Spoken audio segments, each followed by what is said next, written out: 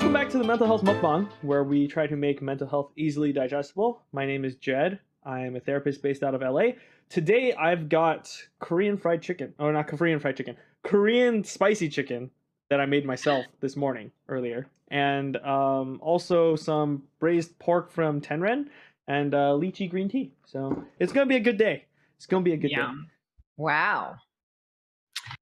My name is Jeanie Wang. I'm a clinical psychologist from Houston, Texas. And I have, oh my gosh, I can't even show you all. Oh my. The vermicelli noodle bowl with grilled chicken. Nice. You guys went all out. Fancy. Yeah, I'm Jeanie Chang from the East Coast, Raleigh, North Carolina, an LMFT here. And I just have a simple leftover kale salad because everybody's always healthy. Like, Jenny's always healthy. Chris is always healthy. So I decided to be healthy today. I feel like I'm the one that's usually unhealthy. Yeah, because you had McDonald's once. I agree. That's okay. It's all good. I was going to say, Chris is not here, if you haven't noticed. But I just wanted to share the story why he's not here. So he locked himself out of the Airbnb that he's staying at. Isn't that right? And I guess he's not used to a traditional key where you put the key in the keyhole and then turn it, which I agree, because I was trying to think, I don't really use those anymore either, because we either have the pin pads in the garage or you go through your garage door, whatever. But apparently he said he even looked at the key as he was leaving the house, stared at it, but he didn't quite connect the dots and left. And now they're locked out of the house. Yeah. So he couldn't join us. So basically, he can't be here because he's got to go back to get the key from the place, and he's kind of stuck. Yeah. So wait, hold on. You mean he was leaving? Wasn't he? I thought he was coming. I thought he was leaving the place. They were he was leaving his Airbnb and he left. Oh, I was wondering why it would take that. Oh, I just got that. Sorry. Yeah, I don't think that he was going to record at the Airbnb. He was they had finished their stay at the Airbnb. And then they were leaving, and they left, and they realized that they had left the key. But I wouldn't. Why would you have to go back? Couldn't they? Oh, I guess it would be paying for the owner. And yeah, got it. Well, cool. We are talking about. So sorry, Chris, because he's probably going through his own anxiety. Definitely. We are continuing our series second episode on anxiety. Last week we talked about what it is, what it looks like, and today will be about anxiety surrounding school. It could look like a lot of things this year. Online school, parents and kids in online school, and then kids dealing with, or college students also as well. Anybody in school, basically. What's that look like? That's a lot to talk about. I mean, 2020 to 2021 school year will look like this pretty much. I feel like it's so hard for us to really try to read into that because we're not in the school anymore and we have no idea what this transition looks like for a lot of people, right? Jenny, I can talk from you parents. Yeah, so why don't we start there? Why don't you as a parent tell us what it's been like to try to go back to school and how anxiety has been playing a role in that? I was eating as I was talking, which means anxiety spiked as I was going this. I noticed it myself as I was like, let's talk about school. Yeah, I'll have Jenny start. What's it been like for you? Really, really hard.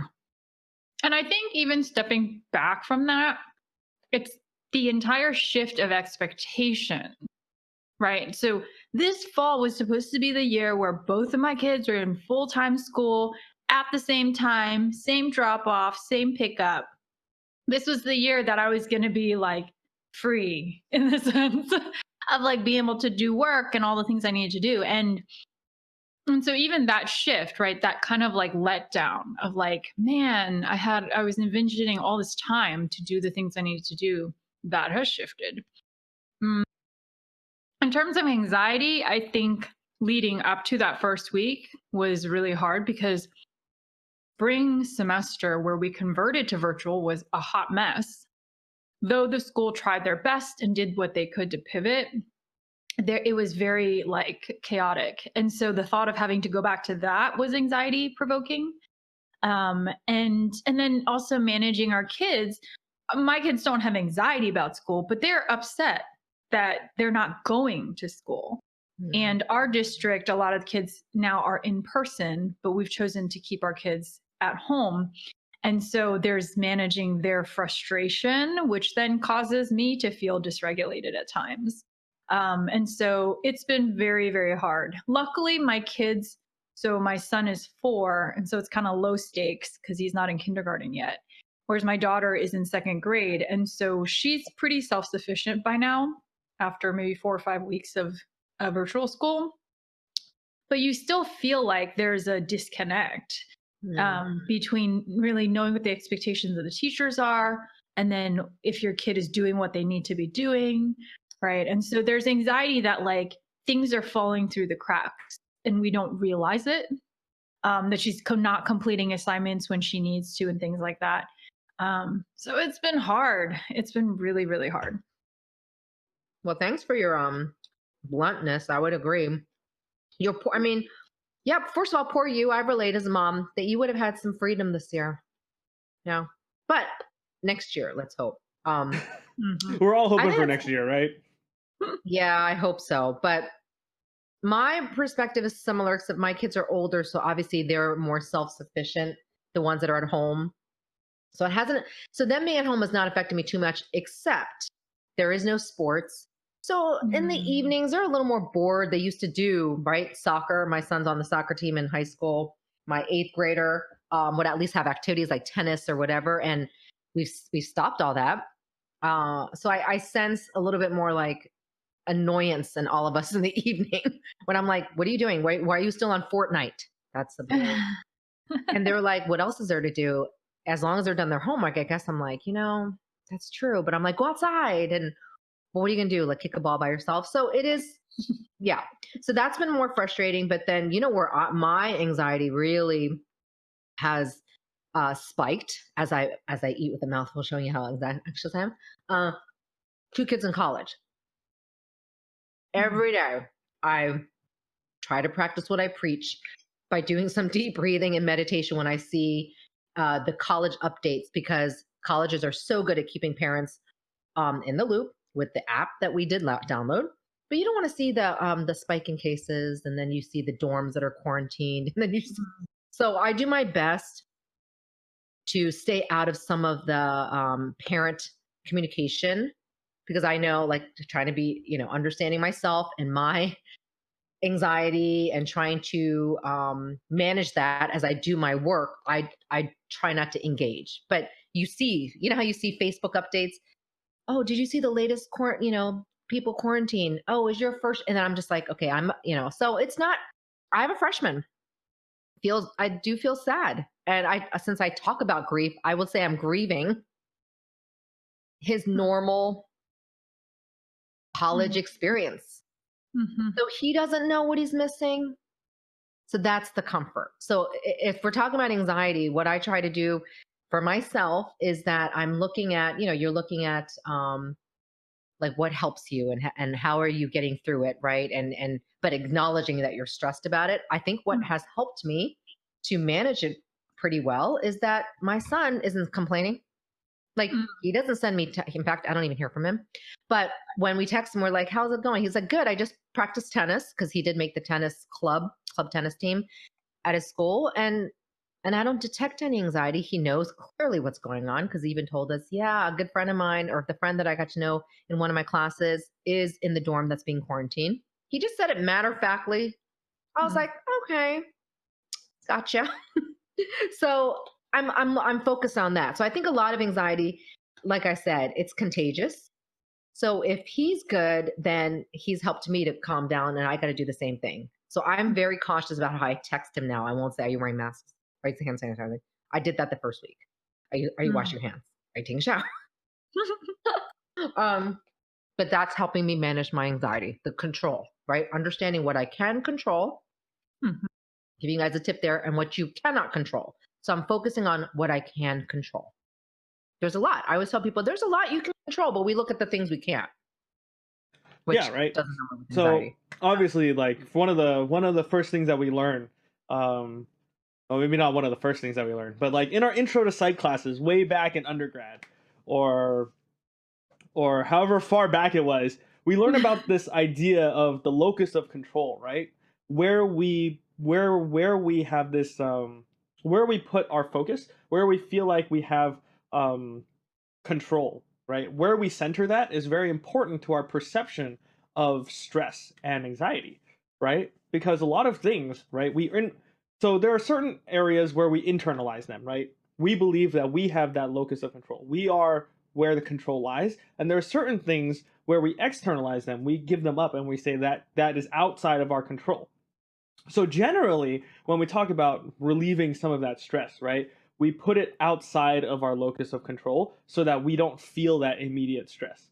But then there is also the things that we realize that we can control, and when we do take control of those, we can actually manage some of the anxiety that we're feeling because we feel like things are out of our control, right? So this whole managing anxiety thing is like this balance of figuring out what we should put in which area of control.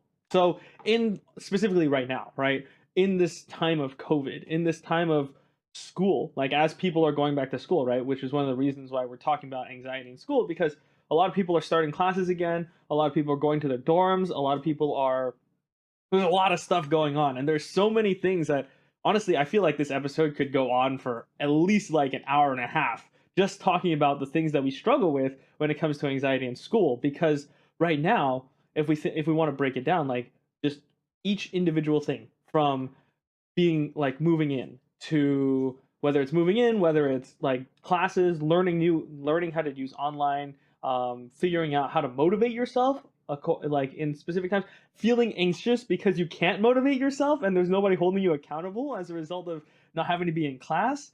All those kinds of things, like they come together and they form this combined, like, I want to call it a rain cloud of anxiety, just ready to just like dump on you. There's this huge like rain cloud of anxiety just ready to just pour it out on us. And I think part of what I would like to do with this episode is try to take that apart, or at least give us an umbrella so that it's not going to be quite so bad. So like you've said before, right? Parents are dealing with a specific type of anxiety coming into this time of COVID and coming into this time of schooling. And how can we deal with that as well, right? Because I mean, I don't know what our demographics look like for our podcast, like who's actually listening, but I'm going to assume, based on some of the comments that we've gotten, that there are some people who are parents who are listening too. And so, as a result of that, like, how can we speak into everyone's lives, right? And so, right now, let's. I want to take that long segue that I just did, into talking about specifically that locus of control, right? Figuring out what we can control and figuring out what we can't control, right? So I want to use like a quick example, like a really quick example to kind of get us started, right? So let's talk about COVID, right? Let's talk about the anxiety around getting COVID, like Jeanie was talking about earlier, like washing your hands, wearing your mask, all that kind of stuff, right? Those are things that are within our locus of control, right? We can wash our hands. We can make sure that we put on hand sanitizer. We can make sure that we wear our own mask, right? But we cannot control the rest of the world. And I think a lot of people are having a difficult time kind of finding the balance between that, right? Because part of it is, no matter what you do as an individual, if we don't together act as a society to mitigate some of that risk, it's not going to go away. And some people are feeling anxious as a result of that. And so that's one of those things that you have to externalize, right? You have to come to the acceptance that this is beyond our control, and that will help us. That's the first step to externalizing and not internalizing that anxiety for ourselves. And then what we do take into our own responsibility is knowing that we're playing a part in reducing that risk, if not just for ourselves, for the people that are around us, right? And so that's what I'm going to say is a good starting point in managing some of that anxiety. So going off of that, what are some of the other things that you guys can think of that you might be able to perceive as this is going to be anxiety inducing for either parents or children or people who are in school, and what can we do to help manage some of that? That was a good one, Chris. Or Jed. Sorry, I'm missing Chris. That was a Freudian slip there. Let me just bring a picture of See, Chris and just put his Chris, face here. Chris, I called Jed. Sorry. No, that was great. No, locus of control. Control is synonymous with anxiety in some sense, right? The more anxious you feel, the more you want to control, and then it gets you more anxious. So it's like that vicious cycle.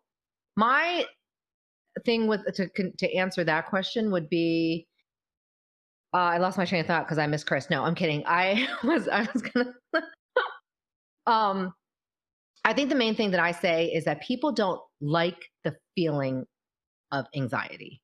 So I'm just going to address the part there. Sometimes we have to be willing to tolerate that uncomfortable feeling, and that's an example of me where I'll be honest, I have that uncomfortable feeling all day. I think I'm also adjusting with one kid, the second kid going to college, so only 2 kids in the house. But I meant it's also uncomfortable. This is COVID. I don't know what it looks like. I don't know. He could be feeling sick and not telling us. So I decide not to do that and be just kind of accept. Accept is a good word with anxiety. Accept that I'm feeling this way, and it feels uncomfortable. So I too tell a lot of people, anxiety doesn't feel good. So of course you're trying to do everything to get rid of it. But I think I talked about this last week. If you consistently resist it, it will consistently persist. So knowing that, and it takes a lot of work to be like, okay, yeah, my heart is thumping, but that's also, accepting where you're at and going, okay, my heart's thumping, but let me distract myself. Let me focus on, reading this great fun graphic right here that's on Jenny's Instagram. It's not really up here, but I'm just saying, plugging Jenny. But oh my gosh, let me do this, because anything to help, and I use the word distract. It's not avoid. I say distract. It's okay to distract yourself, helping you through things that are making you anxious. So yeah, be willing to feel uncomfortable. I know you guys are like, what? But that's really what it's like. Yeah, we don't want to feel that way. So we do everything not to feel, and that's not good. Yeah, I would say that for the anxiety piece, one of the things that I do myself, but also encourage my clients to do is to, so much of anxiety is future oriented, right? So what could happen? What if that happened, right? How long is this going to go on for? Can I withstand that? Can I cope with it? And it's this like out of the present moment experience. And so if we can counter that, right, by saying, I'm just going to do what I can for today, right? What actual tangible steps can I do today? Be it what are my tasks for the day that I can be engaged in and excited about?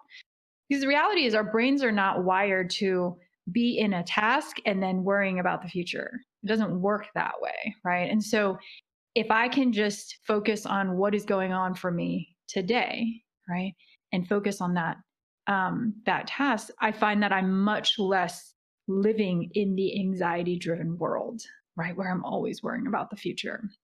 And so I teach my clients mindfulness techniques and self-regulation techniques. But on top of that, right, it is like, I think one of the most powerful things you can do that helps in a lot of areas of mental health is, can you control the focus of your attention? Right? Like if you can control the focus of your attention and what you dwell on in your thoughts and your experiences, then you have a lot of power, right? So I'm choosing not to focus on the fact that I have no idea when my kids can go back to school. I'm choosing not to focus on that. Instead, right, I'm focusing on the fact that when I walk out of here and when we're done recording, my kids are home and they'll be ready to tackle me and to snuggle. And I want that, right? And that's been a mixed kind of blessing of all of it, right? So notice how what you choose to focus your attention on can really impact how much that anxiety can kind of like sink its teeth into you. And that's one Yeah. of the reasons why we focus so much on grounding, right? When we're talking about anxiety, is practicing that locus, like practicing that attention focusing, practicing the fact that we need to bring our attention to what's going on right now, as opposed to letting our minds just wander around wherever. Because the more that we dwell on the things that are bothering us, the more they're going to bother us.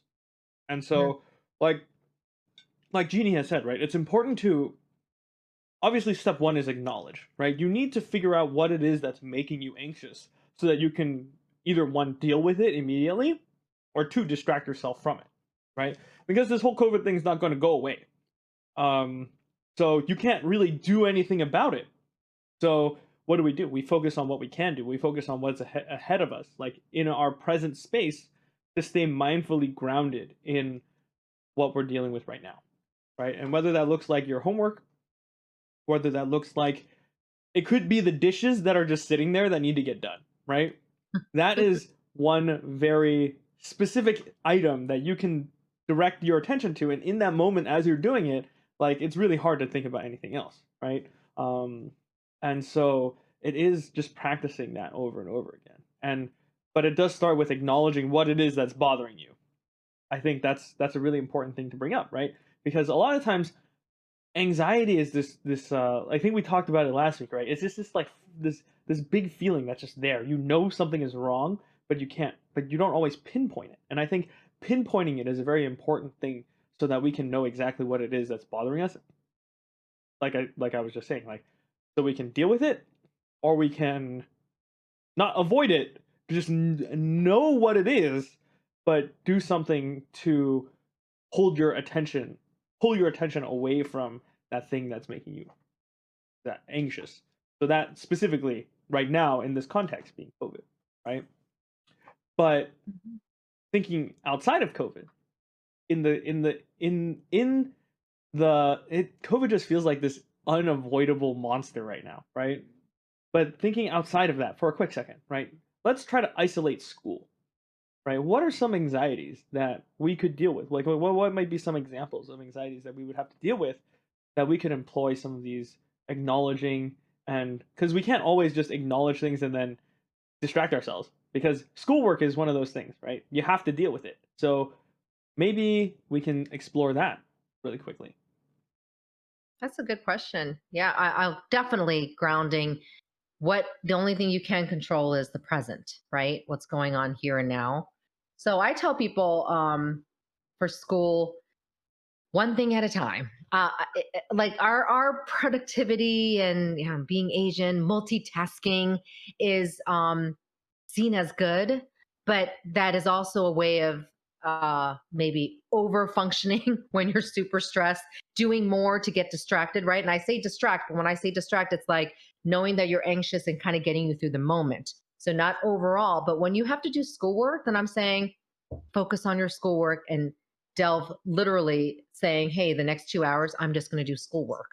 And because I actually tell a lot of people, because you know, you work with teens and college kids, don't go on your screens. I understand that they're like, but I am on my screen to do work. I go, that's what I mean. Do your work, but empty, like blank out all the other stuff, like, you know, Twitter or Twitch or whatever we're on, you know, and Instagram and everything like that. Just give yourself like 2 hours. I even say, give us a time limit, 2 hours. The next 2 hours, I'm just going to really get through the coursework that I need to get done. If I don't get finished, that's okay. After 2 hours, I can take a break.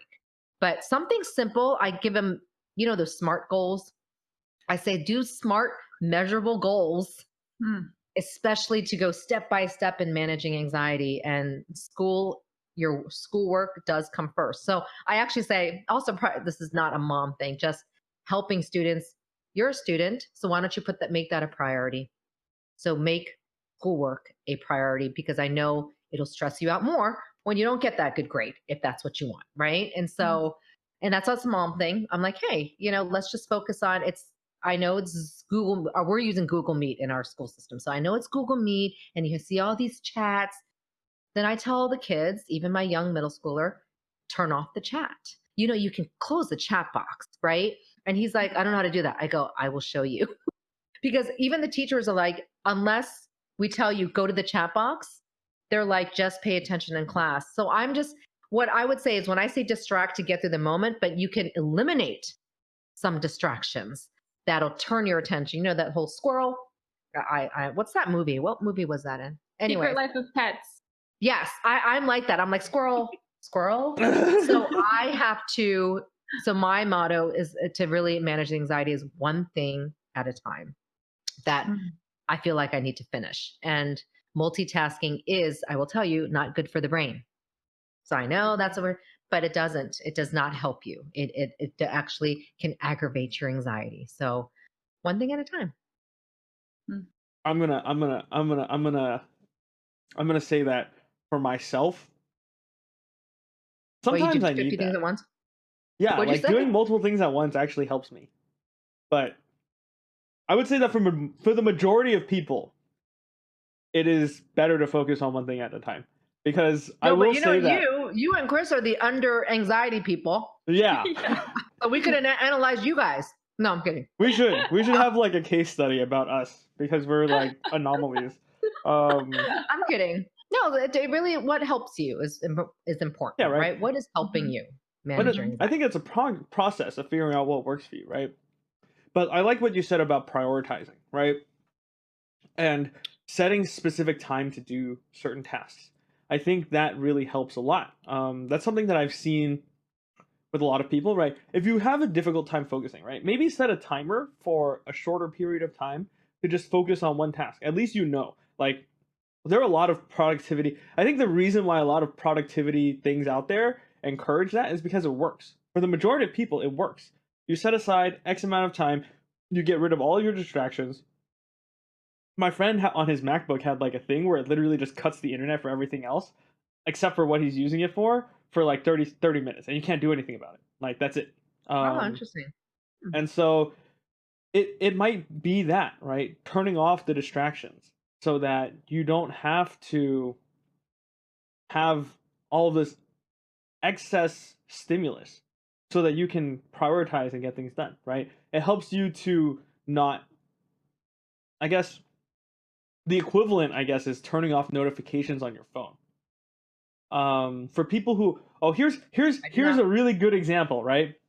People who get a lot of social anxiety or feel like they're missing out as a result of whatever it is that they're doing, right? Especially nowadays, since a lot of people are online, right? It's really easy to feel like you missed out on something. Your friends are playing games, whatever. You need to get something done. You're like, I get a notification. Oh, my friends are playing this game. Oh, I should just go and join them or whatever. Or my friends are doing whatever. And like, oh, like that looks fun. Like, let me go and do whatever. Let me hop on this call or something else, right? Whatever it is that is distracting you, right? The equivalent is just turning those things off so that you don't know. And maybe afterwards you feel maybe something, but it's much easier to deal with the current whatever it is that should be holding your focus, because obviously during that time you are kind of distracting yourself, but it's really about focusing on what is causing you the most anxiety. Because like we said earlier, it's not avoidance. Because I will, for me, acknowledge that when I don't want to do something, I will find every reason to not do it, right? That laundry that's been sitting there that I feel like I need to do, yeah, that's more important than this thing that I actually need to do right now. And it really comes with that mindful acknowledgement that is what my priority should be, so that I can avoid the long-term anxiety that comes from 5 hours later, I'm like, oh, I did all these things, but my assignment's due in an hour, now what, right? So that prioritization helps you to really be more aware of what is causing the anxiety and then dealing with that immediately, so that, or in whatever process works best for you, right? Focusing and then getting it done so that it's no longer causing you to feel anxious. Jeanie. I think I totally agree with what all of y'all have said. I think an important piece is being able to understand what is actually important, right? And so I think we spend a lot of our lives in the like urgent but not important category, right? Things that like capture our attention or it seems urgent because we live in a world where text and email and all those things need to be answered immediately. And those are time sinks, right? They're not getting anything off your task list done. So I think, right, what y'all say in terms of turning off those notifications and distractions become key.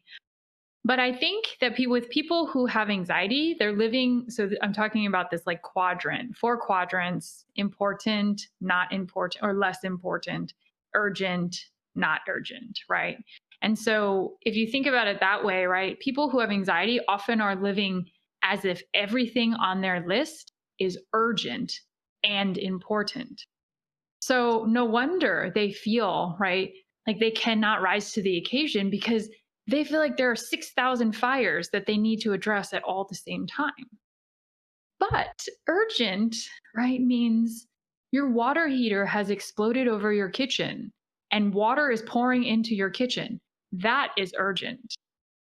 But that report that you need to write, that's not urgent, but it's important. So understanding the distinctions on your priority list and having a way to categorize it in actual importance and urgency becomes really important. And if you have anxiety, you tend to live in the world where everything's urgent, right? So really being able to tease that out is, I think, really helpful. And then with people with anxiety too, is sometimes they can be perfectionistic, right? And so then they feel like if I'm going to start this task, it has to be perfect. And it keeps them from starting the task because, oh, I only have an hour to work on the intro for my report. Well, I can't do a good job in an hour, so I'm not even going to start. And then the next day, oh, I don't have enough time to do it, right? So I'm not even going to start. And then it's the day before the report is due, and they're like, now the fire's lit. They write the whole paper in that time. Okay, that is not sustainable. I know for some people it is, but for most people, right, it doesn't work that way. And so I always say, start with the first achievable step, right? Break down that paper and just write the first paragraph, right? Write the introduction. And you will find that lowering the threshold for starting gets you started. Because if you have to write that paper today, you're not going to write the paper. You're not even going to sit down and type, right? Chris might. No, I'm kidding. And sometimes I'll even tell people, like, just sit down and start typing. My name is Jeanie Wang. I need to write a report about blah, blah, blah, blah, blah. And then you'll realize as you've started, then the ideas start coming. Even if you're writing incomplete sentences, you're just writing phrases and ideas, right? Notice how the threshold for starting is much easier of an entry point than a finished product expectation after sitting down for, a couple of hours. So make it achievable and figure out what's actually urgent. Those are my thoughts. That's really good. I like that. I'm making mental notes. I really like the quadrants. In my head, I was like, maybe we should draw, like, if only we could put up like a drawing right now and just do it and then show people, right? But yeah, it's really funny because I actually totally whiteboard, but forgot about using that. No, that's a great one. Yeah, that's a great reminder. I love that. And I was going to add, I think this is really important, is the power. I don't know if Chris talked about it last week. I feel like he might have, but the power of deep breathing. I always bring it up because watch your breathing when you're stressed. I guarantee I make a mental, this is where I'm grounding myself going, oh my gosh, as I wrote this email, I held my breath in for 30 seconds. I mean, obviously you're still breathing, but it's like not effective breathing. And because I work with a lot of students who deal with tests and let me tell you, being on a camera, it seems simple. It's very different when you're on a camera than being in person, because all of a sudden it's a different thing. Even right before we record, we're like, oh, a different sense of anxiety. So I know some of the students are experiencing that. The Gen Zs, don't underestimate what the stress they're also experiencing just because they live in the digital age. This is extremely difficult for them. So sometimes before they go on a Zoom call, I'll say, hey, let's do your breathing exercises.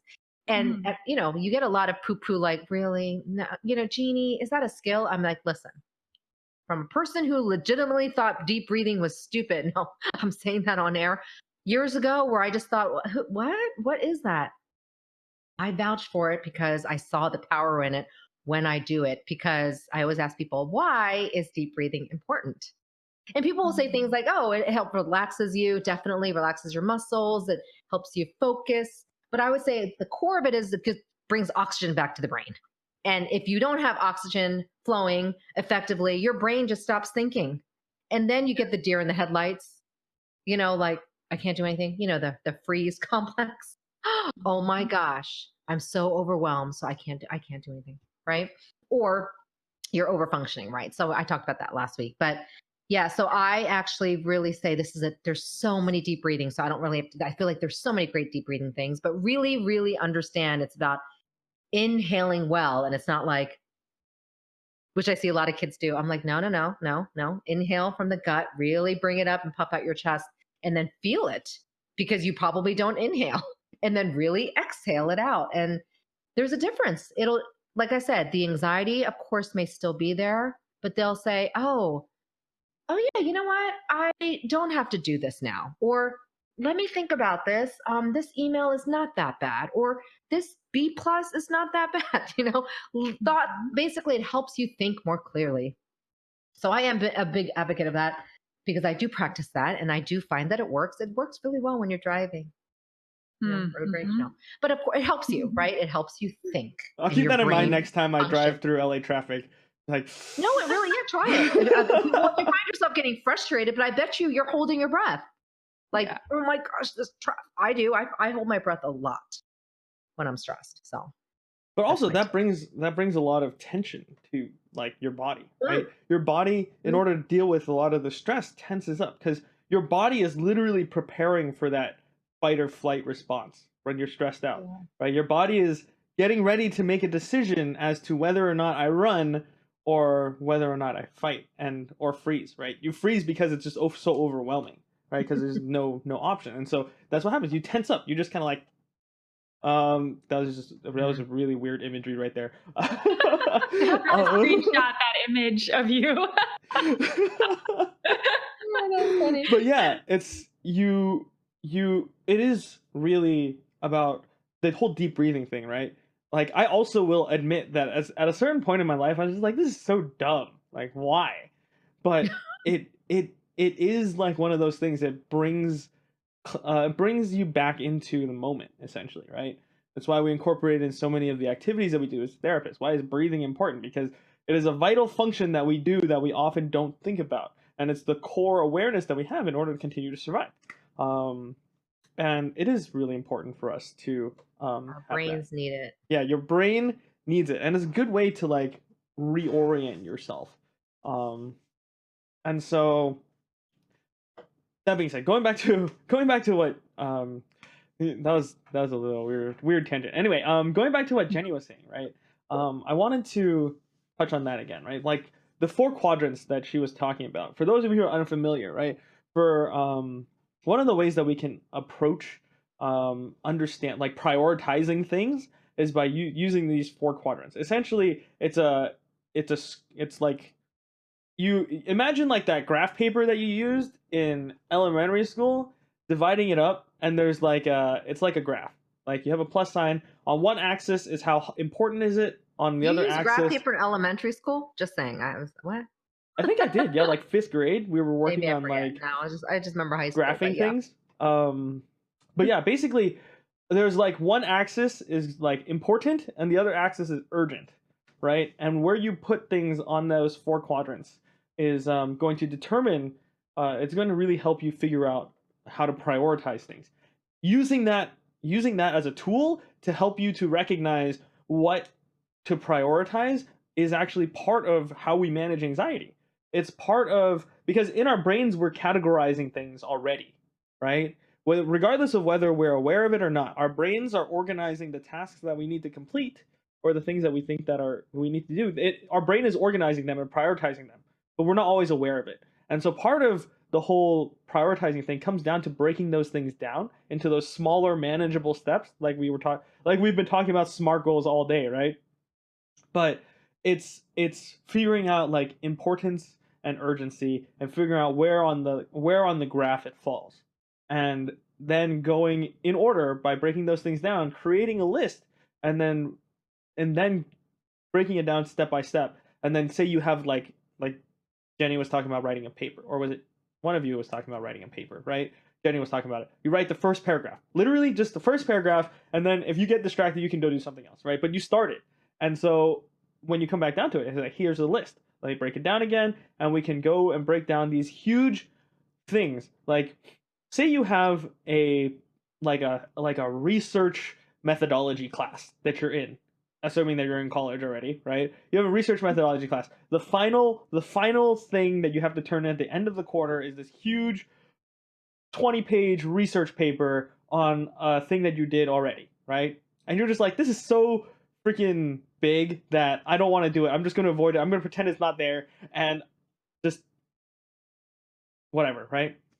But this big looming project, this big looming deadline, right, can be broken down into very manageable, measurable, tangible tasks, right?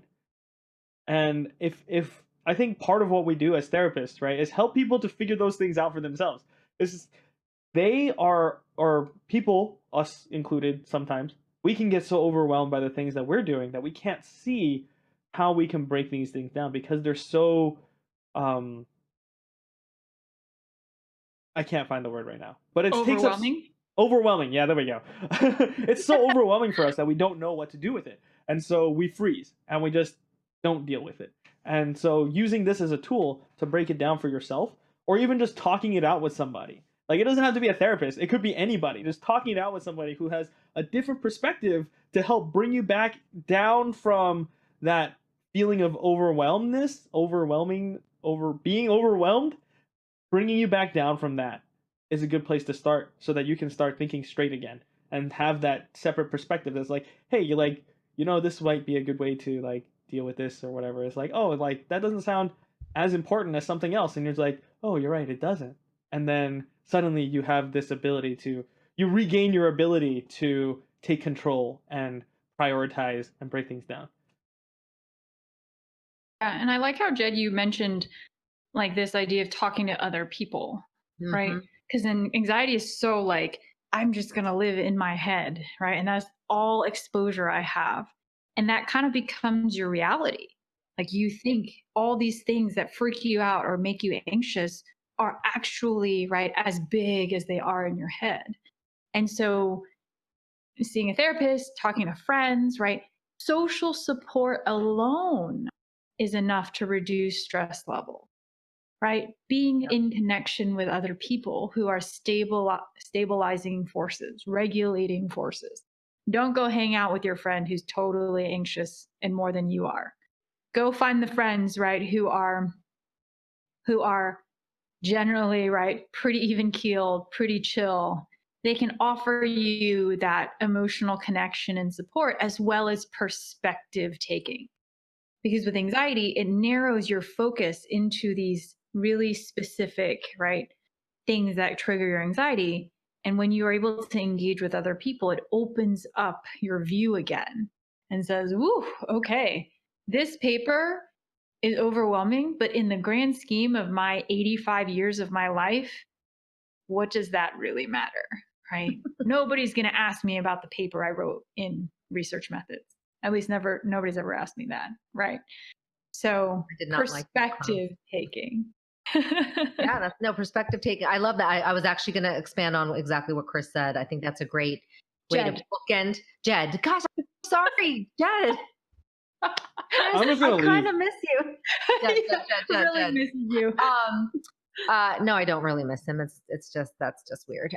So no, what Jed said was super awesome because especially students having peer support. You're right. I do. Like I said, anxiety is contagious. So be a little wary about who you're going to be conversing with when you're also on the high end of anxiety than someone else who will also escalate that. But there's empathy there. I know that's knowing that someone else understands or even goes, yeah, I struggle with the paper, but again, they're not in a heightened sense of anxiety. It does make you feel better. Even sharing it, going, you know what's stressing me out? This paper. this research paper. Yeah, me too. Or, oh, you know what? Yeah, I did one last week. It was so stressful. I mean, you see that among students and peers. And again, it's just validating. So it's not like they're giving each other any skills or advice, but not feeling alone is so important for our mental health, right? Especially now. So the one tip I have with students is say, hey, I know you guys are young and you guys are already talking, but why not schedule anxiety relief time with friends? So it's not like you're going to go, we're going to talk about anxiety. No, I said, you have to schedule it. That sounds funny, but I go, aren't you meeting for coffee normally? You can't meet for coffee, generally speaking. Why don't you meet for coffee on Zoom? And a lot of peer groups are also studying together, including my high school kid. I noticed that because I heard him talk and I'm like, why is he talking so much for that past 30 minutes? And I like checked on him and he was like in a peer study group with friends. And I thought again, and I heard him say, did you get this answer? I thought that was cool that again, it's about connecting and not feeling alone, which also helps with your stress. So yeah, that alone is super, super important. So I just say schedule it. Like we got to make time. It's being proactive. I always say, don't be reactive, be proactive, right? So anyways, we have more to talk about, right? So I guess we could wrap up this school anxiety episode. I guess Chris really isn't going to join us. We have so much more that we can say about school for anxiety. School or just in general? For school. Like we haven't even talked... so I was going to try to make it another episode. We can. Yeah, okay. We're just going to do part 1 and then we can do part 2 of school anxiety. In 5 minutes. No, I'm kidding. Be right back for part 2. Be right back for part 2. We're gonna take a quick what is it, like a intermission? Quick wardrobe change. You are knowing our secrets on this mental health mukbang. But yeah, I was trying to split it up for us. But yeah, no, we'll come back and talk more on school anxiety. Of course, there's a lot. Yeah, so we just have to remember what we talked about already, and then in the next one.